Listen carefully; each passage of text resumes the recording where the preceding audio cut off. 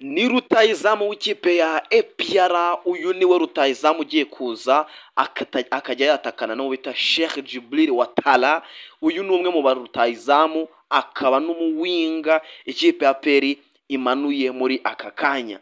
Uyu mwa rutayizamu rero uturutse muri Cote d'Ivoire ni rutayizamu washatswe n'amakipe agiye atandukanye nka Simba Sport Club, ashakwa n'amakipe nka Young Africans, amakipe nka Azam, ashakwa n'andi makipe atandukanye ku mugabane wa Afurika ndetse n'amakipe akomeye rwose amakipe akomeye rwose yose yagiye yifuza uyu musore w'uwa rutayizamu bita ngo ni Celestin Ange Ekwa. Uyu rutayizamu ni muri ba rutayizamu bakomeye cyane muri Cote d'Ivoire. Uyu nguyu akaba ari umwe mu ba meilleurs buteurs ba shampiyona ya Cote d'Ivoire muri uyu mwaka. Afite ibitego 13, afite ibitego 2 muri CAF Confederations Cup. Ni umwe muri ba rutayizamu nyine wabaye meilleurs buteur kuko babaye ba rutayizamu ba meilleurs buteur ari ba rutayizamu bagera kuri 4. Nawe rero ari muri abo muri 4 batsinze ibitego 13 byabo. Urumva ko nabo batatsinze ibitego byinshi cyane nko mu Rwanda ugereranyije na bano bafurunganye n'abandi bagiye batandukanye. Uyu rero ngo ni Celestin Ange Ekwa, ni rutayizamu uri gushakwa cyane n'ikipe ya APR. Ni umuwinga akina kuri wings ariko akanakina yataka nka nimero 10. Murabibona ni umwe mu bawinga abantu bari kuvuga bati APR nimuzana Nyarugenge, APR nimuzana noneho irabikoze majabu. Afande Deo ndahita muterera isari rwose mubwira ati Afande Deo uri mubi cyane kuri ba rutayizamu, wabanjije kunyemeza kuri Djibril Watara, ugiye kunyemeza kuri no Celestin Akwa. Abafana b'ikipe ya APR, abafana b'ikipe ya APR mwitege noneho bya bitego bitari bya bindi, kuko uyu rutayizamu narebye highlight ze cyane, nazitayo narebye ama highlight muri ASEC Mimoza aho yakinaga. Ni umwe muri ba rutayizamu b'abahanga, ni umwe muri ba rutayizamu bazi gukina baro, azi kwitaba neza cyane umupira. Ubona ko ni umwe rutayizamu wihuta, ntabwo ari muri ba rutayizamu bagenda gake cyane. Mbega umurebye ni umwe muri ba rutayizamu bazafasha ikipe ya APR niramuka imuzanye, kuko bari mu biganiro bya nyuma na ikipe ya APR. Abari gushakira ikipe ya APR muri Cote d'Ivoire baravuze bati ahangaha dushyizeho V. Barebye imikino ya nyuma yabo igera kuri 2. Ikipe ya APR yarebye uyu nguyu bita ngo ni uyu Celestin Akwa, ireba n'abandi ba rutayizamu bagera kuri 2 baba winga ndetse n'undi w'umwataka wundi ukina nanone kuri attack. Ni 2. Ubwo n'uyu nguyu w'umuwinga, hakaza n'undi ndetse na rutayizamu ukina 9 typical number 9 mu kino 9 nyine ryuzuye. Uyu nguyu akina inyuma ya ba rutayizamu, akina nk'umuwinga. Biranakina nka rutayizamu kuko irashaka umukinnyi ushobora gukina nk'umuwinga agakina nka rutayizamu ku buryo nyine byorohera ikipe ya APR. Imurebana n'undi mwa rutayizamu wundi uri mu bafite ibitego byinshi muri no shampiyona, iramureba nawe, bose irabitegereza irabareba, ndetse n'undi mukinnyi umwe. Ubwo APR yarebye abakinnyi 3 muri Cote d'Ivoire. Uyu ni rutayizamu ukomeye, ni umwe muri ba rutayizamu bakinira ASEC Mimoza, yaturutse n'intizanyo. Hari ikipe ye nabonye yaturutsemo, nabonye abakinnyi bayo bose rimwe muri ba top score. Abakinnyi muri 4 harimo niba ari 3 niba ari 2 sinzi. Hari uyu nguyu, hari n'undi ukinamo n'undi w'intizanyo batije muri inde equipe. Urumva ko nabakinnyi 3 biyo kipe, ariko ni equipe mbi cyane niba ifite abakinnyi 2 yatije bari muri ba top score, ikagira n'undi umwe ugikinira. Urumva ko na equipe garimo bayifita FC United, sinibuka neza ukuntu ino kipe uyu musore y'intizanyo yabo ndago ndi kuyibuka neza. Ni umwe mu ma equipe nayo akomeye cyane hariya muri Cote d'Ivoire. Ariko uyu rutayizamu Celestin Ange Akwa ni umwe muri rutayizamu bakomeye cyane, yambara nimero 9.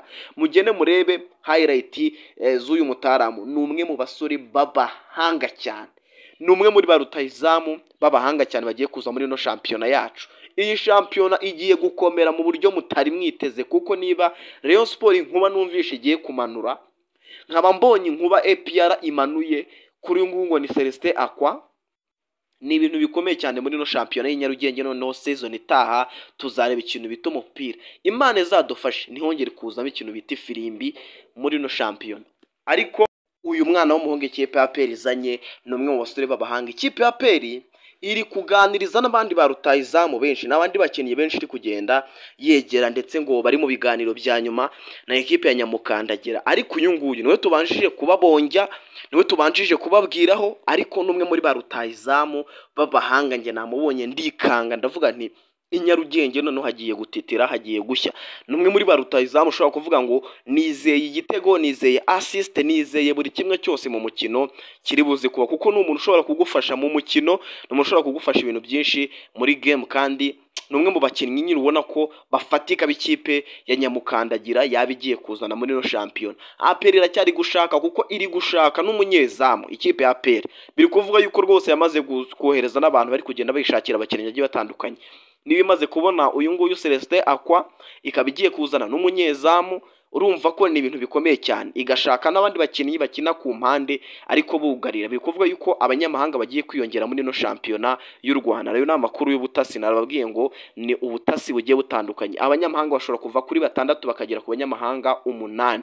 Urumva ko byaba ari amata, byaba ari ibintu byiza cyane, byaba ari amata n'ubuki kabisa, byaba bigiye kubyara amata n'ubuki muri no shampiyona y'u Rwanda, ku buryo twabona ama ekipe yacu noneho akinisha abakinnyi benshi b'abanyamahanga, kugira ngo binadufashe kugenda tugira abandi bakinnyi b'abanyarwanda. Ubona ko bariraye cyane. Niba APR iri gushaka ba rutahizamu bangana gutya, Rayon Sport ikaba iri gushaka abakinnyi bameze nk'aba ngaba bakomeye, kuko Rayon Sport nayo turaje twinjire kuri ubu ngubu, nayo biri kuvuga yuko rwose igiye gusubira muri za Senegal na za Cameroon, bagiye kuzana abandi bakinnyi, ariko nayo iri kwitegura. Ayo n'andi makuru ku munsi w'ejo nshobora kuza kubabwira transfer y'ikipe ya Rayon Sport nihatagira igihinduka. Ariko APR nayo ndacyakomeje kugenda ntata ndeba se APR koko hari undi mu rutahizamu igiye kuzana nyuma ya Celestin Akwa, ushobora kuba rwose ibiganiro byamaze no kurangira n'ikipe ya APR, kuko numwe muri ba rutahizamu bakomeye. Tukavuga duti rero reka twitege abakinnyi bagiye kuza muri ekipe ya APR. Abakinnyi bagiye kuza muri ekipe ya APR, abakinnyi bagiye kuza muri Rayon Sport n'abakinnyi bakomeye, kuko Rayon Sport iri kukubwira ngo turashaka gusohoka muri shampiyona. Nta kiraniro dufite cy'abakinnyi, murabizi ko abakinnyi ba Rayon Sport ejo bundi bahembwe nyuma yo gutsindwa na Bugesera. Abakinnyi ba Rayon Sport barahembwe, barashaka kuvuga bati twe twahembye, tugiye guhita tuzana twinjira muri Mercato. Rayon Sport ngo ntabwo ishobora yongera guhangikwa nk'uko yahangitswe kuri Asanana, igahangikwa kuri Abdoulaye Jaro. Abo ni abakinnyi bashoboka rwose, no bishoboka cyane ko bazashosoka no muri Rayon Sport ejo bundi mu mwaka utaha. Ejo bundi rwose amasezerano basinye ngo bashobora kuyasesa, bundi bakabareka bakigendera.